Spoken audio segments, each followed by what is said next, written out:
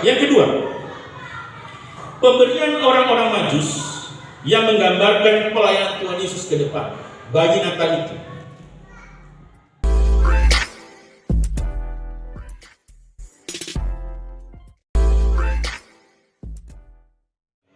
Tuhan kita Yesus Kristus. Tema pulanglah mereka ke negeri melalui jalan lain adalah isi mimpi orang Majus yang bersifat peringatan atau larangan agar mereka tidak kembali ke Herodes. Jadi tema kita Bapak Ibu pada perayaan Natal kita, para hamba-hamba Tuhan nilai 1 dan 5 itu merupakan mimpi dari orang Majus supaya mereka tidak kembali kepada Herodes. Karena pada waktu mereka mencari bayi Natal itu berdasarkan tuntunan bintang, rupanya mereka sampai ke arah barat. Jadi mereka dari timur, mereka ke arah barat dan sampai di tanah Yudea. Dan berakhirnya mereka tanya kepada Raja Herodes, di manakah raja orang Yahudi yang baru lahir? Nah, rupanya Raja Herodes tidak tahu. Akhirnya dia mengumpulkan para imam dan ahli Taurat untuk menanyakan benar tidak berita yang disampaikan oleh orang Majus bahwa mereka akan datang menyembah kepada raja orang Yahudi yang baru lahir. Jadi para hamba Tuhan bisa bayangkan ya, di hadapan raja yang penguasa pada waktu itu ada berita bahwa ada raja yang baru lahir. Jawaban dari ahli Taurat, mereka mengutip dari Mika. Memang benar bahwa ada raja orang Yahudi yang baru lahir, itu di Bethlehem, di tanah Yudea. Nah, diam-diam rupanya Herodes panggil orang Majus. Dia bisikan, cari bayi Natal itu. Kalau sudah, datang kemari. Saya yakin orang Majus tidak punya prasangka buruk karena mereka berangkat dari negerinya di timur menuju ke barat. Berdasarkan tuntunan bintang, mereka akan mencari raja orang Yahudi yang baru lahir. Sehingga mereka kembali berjalan dengan tuntunan bintang yang pada akhirnya sampai di satu tempat di mana bayi Natal itu lahir. Dan ketika orang Majus itu datang dan melihat bayi Natal itu, dia mempersembahkan kemenyan, emas, kemenyan dan mur. Tetapi sebelum mereka pulang, kata firman Tuhan yang ke-12, dalam mimpinya dilarang untuk kembali ke Herodes. Akhirnya mereka pulang ke negerinya melalui jalan lain. Bapak Ibu para hamba Tuhan yang dikasihi Tuhan Kristus, setelah Tuhan Yesus lahir, sambutan yang hangat dan bermakna dicatat di dalam Injil Matius adalah sambutan dari orang Majus. Pertama kali dalam Injil Matius, sambutan yang sangat-sangat hangat. Mengapa saya katakan hangat, Bapak Ibu para hamba Tuhan? Karena begitu jauh dari negeri timur mereka mencari bayi Natal itu. Mereka tidak kenal lelah mencari bayi Natal itu. Bermakna apa Bapak Ibu? Karena isi persembahannya luar biasa. Emas, kemenyan, dan mur. Mereka adalah orang-orang ahli dalam perbintangan. Mereka berasal dari sungai Efrat sebelah timur Yerusalem, yang mendapat pengaruh dari ilmu nujum atau arkeologi warisan budaya Babel dan Persia. Jadi kalau catatan orang Majus, Bapak Ibu, mereka ini pengaruh oleh budaya Babel dan Persia. Kalau budaya Babel dan Persia, kita teringat kepada Daniel. Waktu Daniel bersama bangsa Israel dibuang, mereka dibuang ke tanah Babel. Saya yakin mereka tinggal di Babel itu ada pengaruh. Sehingga pada waktu orang Majus itu melihat, karena dia ilmu perbintangannya, dia dalam, dia memahami. Mungkin kalau ada catatan juga, dia mungkin bagian dari imam di daerah itu. Dan orang-orang yang punya ilmu pengetahuan yang luar biasa. Maka mereka menyelidiki dan pengaruh Daniel pada waktu saya yakin mempengaruhi. Sehingga mereka mengarah ke arah timur. Ke arah barat, ke arah Yerusalem. Saya renungkan Bapak Ibu para hamba Tuhan, dimanapun kita ditempatkan, dimanapun kita orang Kristen tinggal, pasti ada pengaruh, kecil atau tidak. atau di saat kita ada di situ maupun di saat kita tidak ada di situ. Daniel itu mempengaruhi, saya yakin Bapak Ibu, mempengaruhi orang Majus untuk mencari orang Yahudi, raja orang Yahudi yang baru lahir.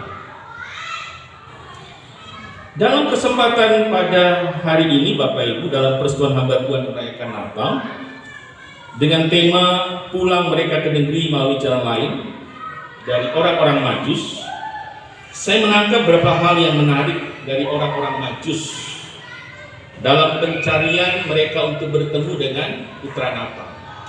Yang pertama, orang-orang Majus adalah orang-orang berpendidikan dan terhormat. Namun dalam pencarian untuk bertemu dengan bayi Natal itu hanya sebatas tahu bahwa ada raja orang Yahudi yang baru lahir. Itu dari Bapak Ibu bisa lihat di ayat 1 dan kedua. Jadi orang-orang Majus itu hanya tahu dari ilmu perbintangan mereka bahwa ada bayi atau raja orang Yahudi yang baru lahir. Hanya sebatas itu Bapak Ibu.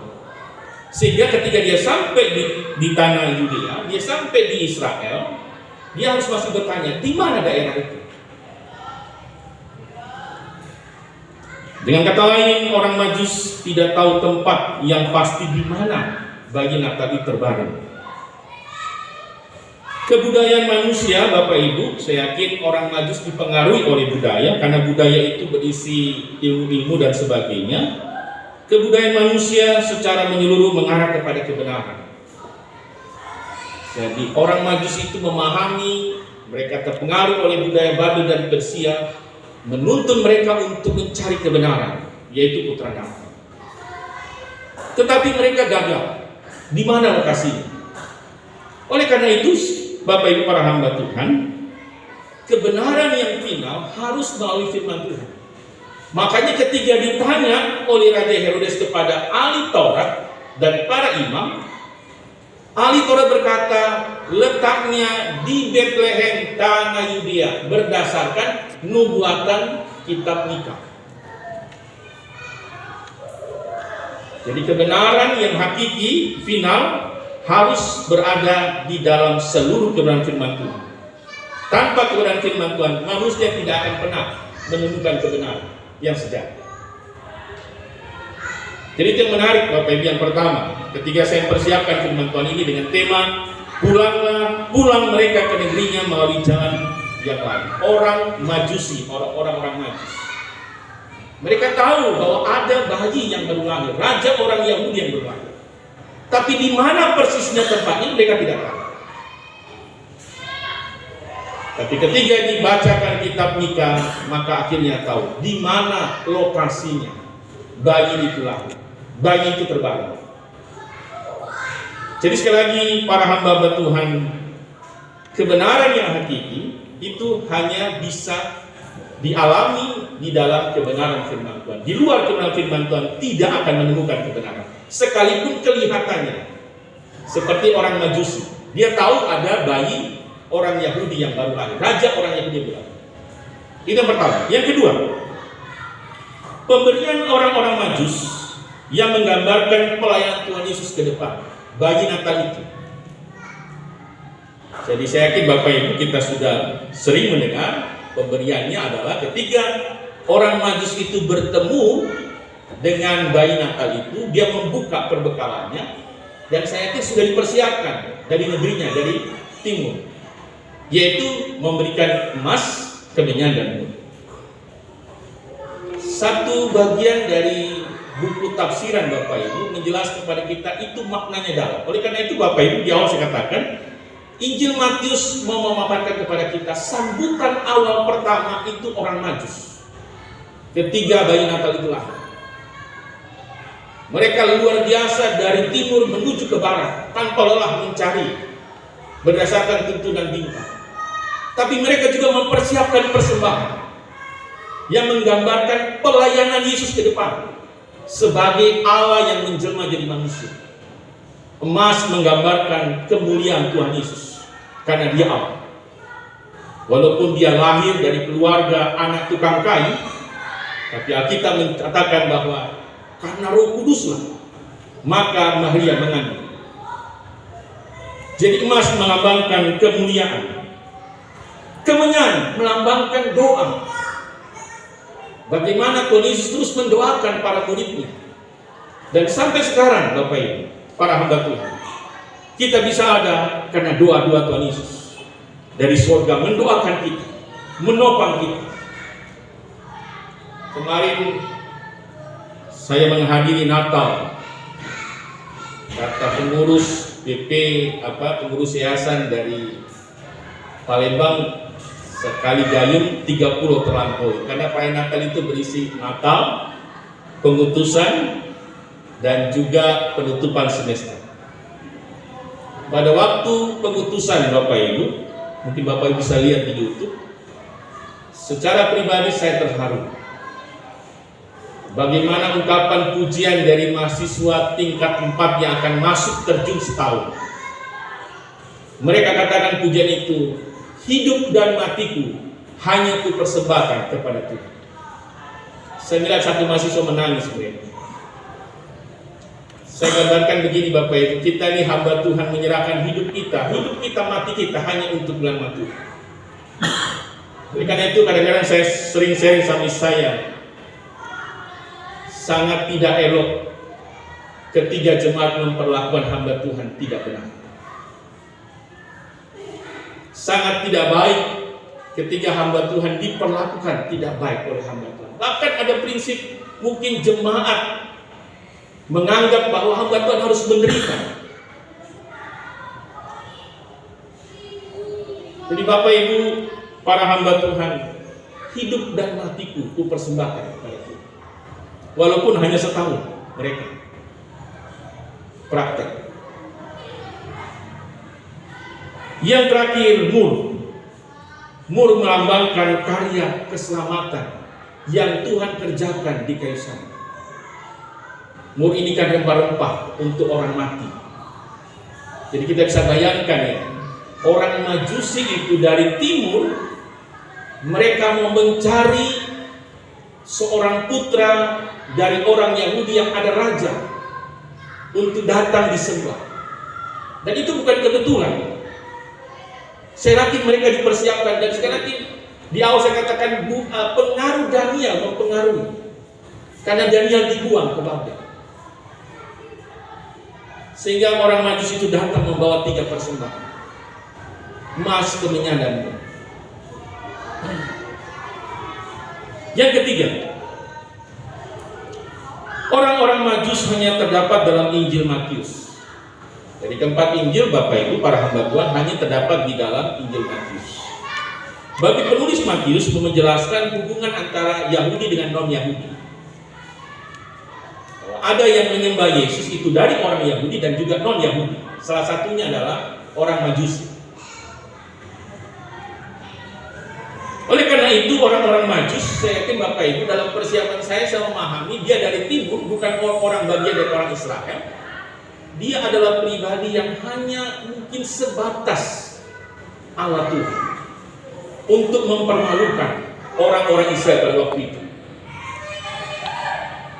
Kalau kita baca seluruh kebenaran firman Tuhan, para hamba-hamba Tuhan, kita bisa menemukan banyak pribadi-pribadi yang Tuhan pakai menjadi Allah untuk mempermalukan, untuk kemuliaan nama Tuhan. Salah satunya yang saya menangkap Bapak Ibu, orang Majus, di mana Herodes tidak tahu, bahkan juga para ahli Taurat yang sering membaca Alkitab tapi tidak juga meresponi, menyambut kedatangan Kristus. Pada kesempatan kali ini, para hamba-hamba Tuhan yang dikasihi Tuhan Kristus, dalam kita merayakan Natal di tahun 2022, Persekutuan Hamba Tuhan wilayah 1 dan wilayah 5, ada 3 refleksi bagi kita para hamba Tuhan. Yang pertama, ketekunan dan ketaatan para Majusi dalam mencari dan menemukan dan menyembah bayi Natal.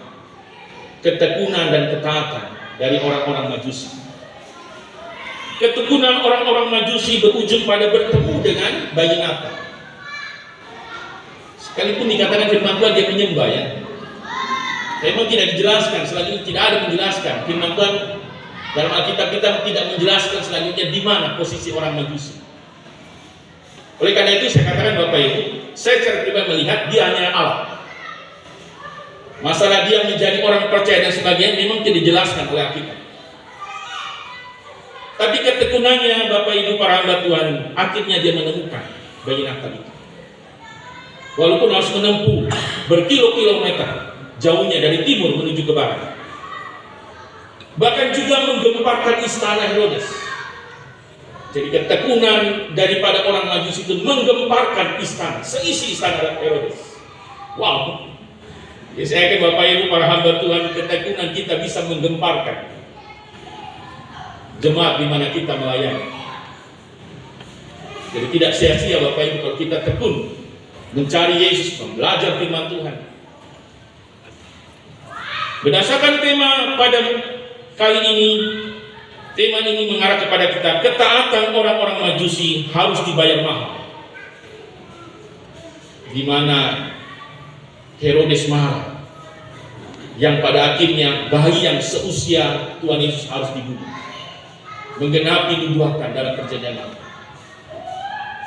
Dan yang kedua Bapak Ibu, ada di mana harga yang dibayar oleh orang Majusi ketika mereka taat kepada mimpi itu adalah mereka harus melalui jalan yang baru. Bukan hal yang mudah Bapak Ibu ya, pergi dari negeri yang jauh, dari timur menuju ke barat, tidak tahu lokasinya dan sebagainya. Tapi ketika dia pulang, lebih nyamannya kan ikut dengan jalur yang lama kan. Tapi dalam mimpi itu dilarang, tidak boleh kembali ke Herodes. Mereka lewat jalan yang baru. Saya yakin Bapak Ibu para hamba Tuhan, ketaatan kita, Tuhan akan menuntun kita sekalipun kita harus melewati hal-hal yang baru. Jadi jangan sia-sia Bapak Ibu, jangan putus asa. Ketaatan kita sekecil apa, di mana kita ditempatkan taat kepada Tuhan. Itu yang pertama. Yang kedua, refleksi kita bagi para hamba Tuhan. Herodes melalui kelahiran putra Natal merasa terancam, terusik, terganggu, bahkan berujung pada intrik-intrik jahat. Jadi intrik jahatnya kan seolah-olah dipanggil itu ya, dipanggil orang Majusi, dipanggil, ditanya, berusaha untuk mencari tahu lokasinya. Kalau sudah datang kemari, saya akan menyembah. Jadi intrik-intrik jahat. Demikian juga penyembahan palsu. Jadi kalau sudah ketemu, panggil saya akan kembali ke sana. Atau Herodes akan menemui. Mungkin Herodes katakan, mungkin dalam perbincangan yang lebih dalam lagi, mungkin Herodes katakan, saya mau menyembah putra Natal itu.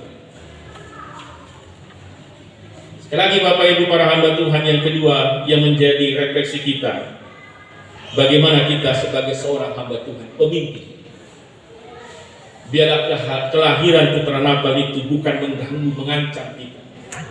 Justru kita menyambut dengan hangat.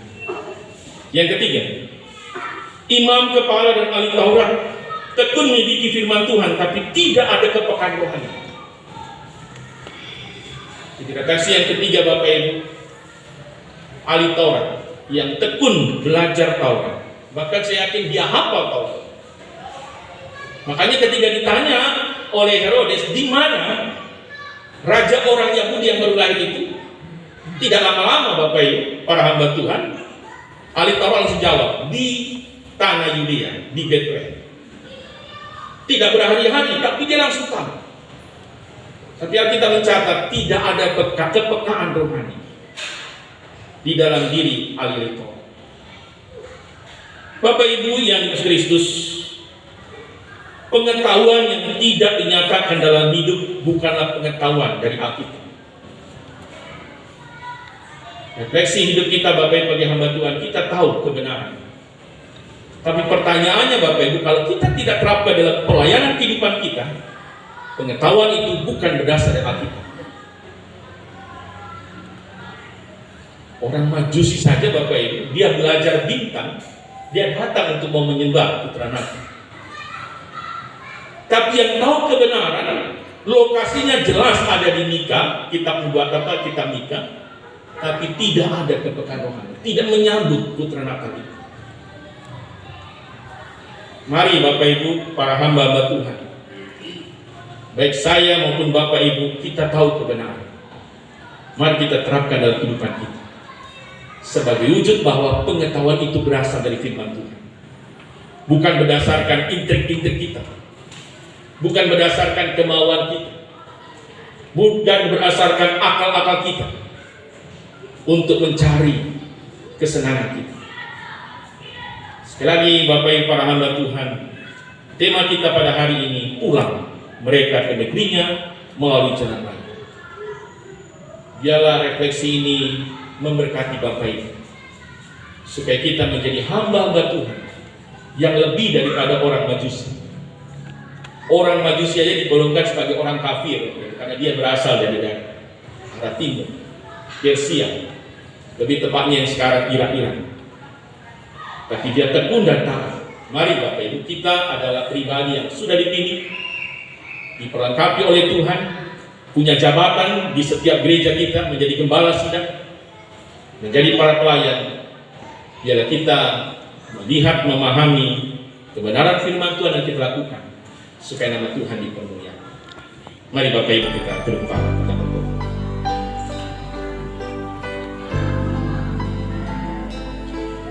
Bapa di surga, hamba-Mu telah berhenti berkata-kata, tetapi kami yakin dan percaya para hamba-Mu bahwa Allah Tritunggal Ketiga, Allah Kudus, akan menerjemahkan, memampukan kami untuk melakukan kebenaran firman.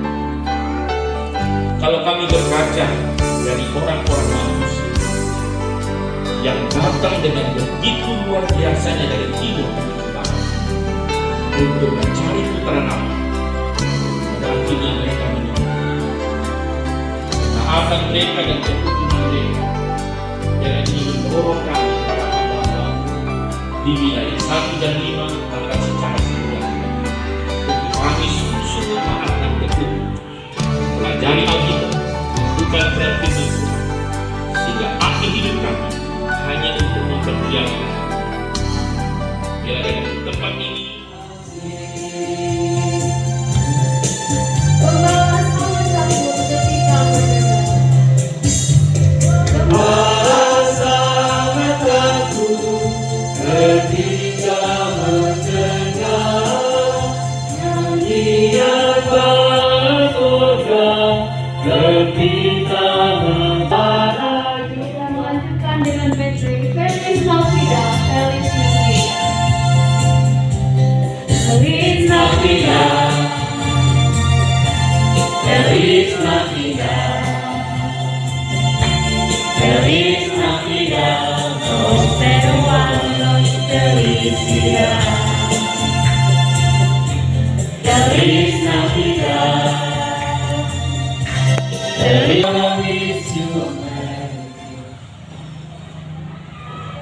kami mengucapkan puji syukur kepada-Mu ya Bapa di surga.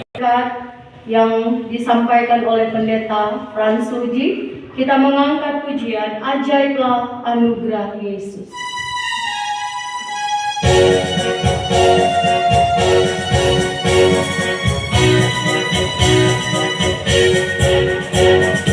Ajaib anugerah Yesus, dosaku terhapus, lidahku tak berkata betapa indahnya firman-Mu dihilang.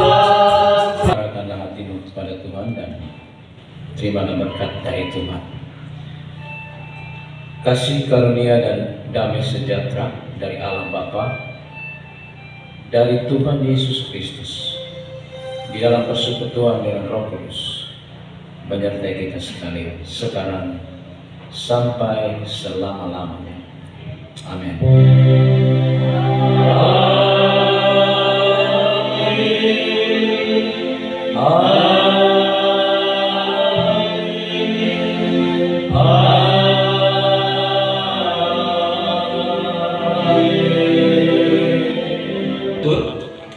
Oleh karena pertolongan, cinta kasih kasih yang Tuhan anugerahkan bagi kita. Kita boleh bersama-sama pada hari ini dalam ibadah Natal hamba Tuhan wilayah 1 dan wilayah 5. Yang kami hormati Ketua Sinode Bapak Pendeta Tresno Komiadi, yang kami hormati Ketua Sinode Bapak Pendeta Kamuji, yang kami hormati Ketua Korwil wilayah 1 Bapak Pendeta Abraham Jasimo, yang kami hormati Korwil wilayah 5 Bapak Pendeta Soeharto, dan juga yang kami hormati seluruh hamba-hamba Tuhan di wilayah 1 dan 5 bersama dengan keluarga, anak, dan juga untuk pemuda yang boleh hadir bersama-sama di kesempatan yang berbahagia pada hari ini. Dan kami pengurus persekutuan hamba-hamba Tuhan mengucapkan terima kasih dalam kebersamaan kita ya sepanjang tahun ini, dan banyak kali kita lalui bersama-sama dengan Tuhan di dalam pelayanan.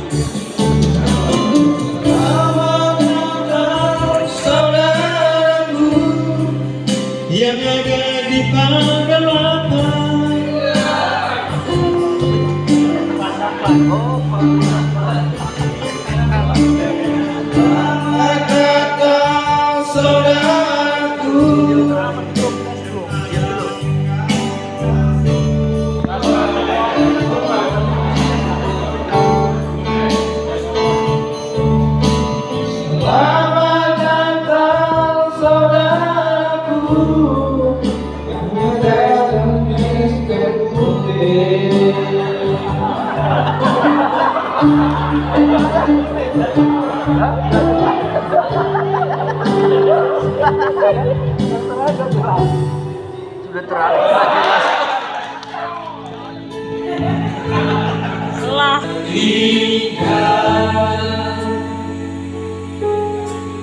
Kasih yang mulia hanya ku temukan di dalam Yesusku. Pujian dari hatiku selalu di setiap waktuku, tiada pernah berubah kasihku. Hanya terbesar dalam hidupku pengorbananmu yang selamatkanku. Engkaulah Tuhan yang tak ternilai, yang ku miliki dan ku hargai. Yesus Engkau ku kagumi.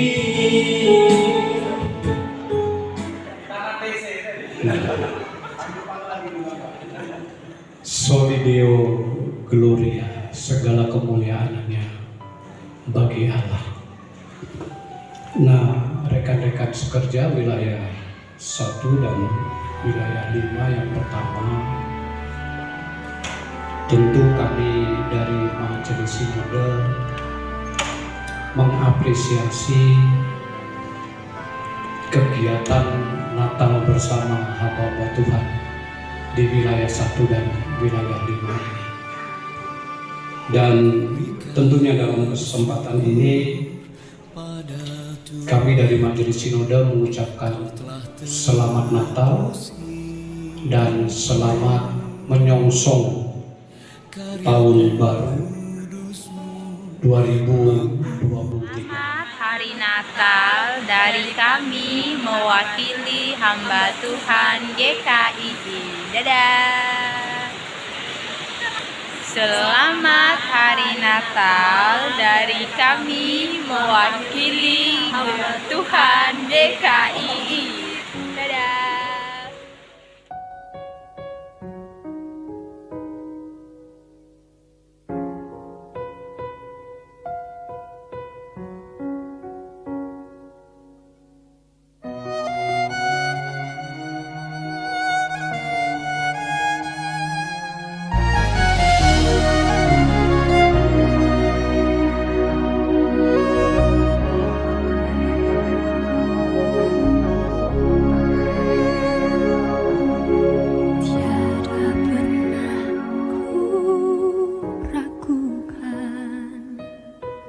Kasih setiamu ya Tuhan, setiap waktu dalam hidupku tak pernah kau tinggalkan.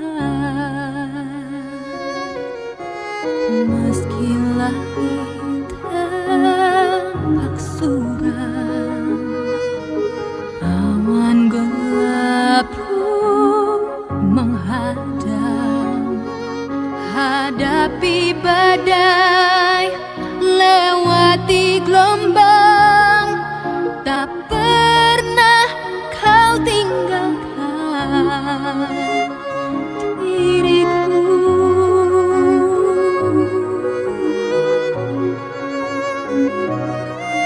Walau seribu rebah di sisiku, kau tetaplah Allah penolongku. Walau 10.000 rebah di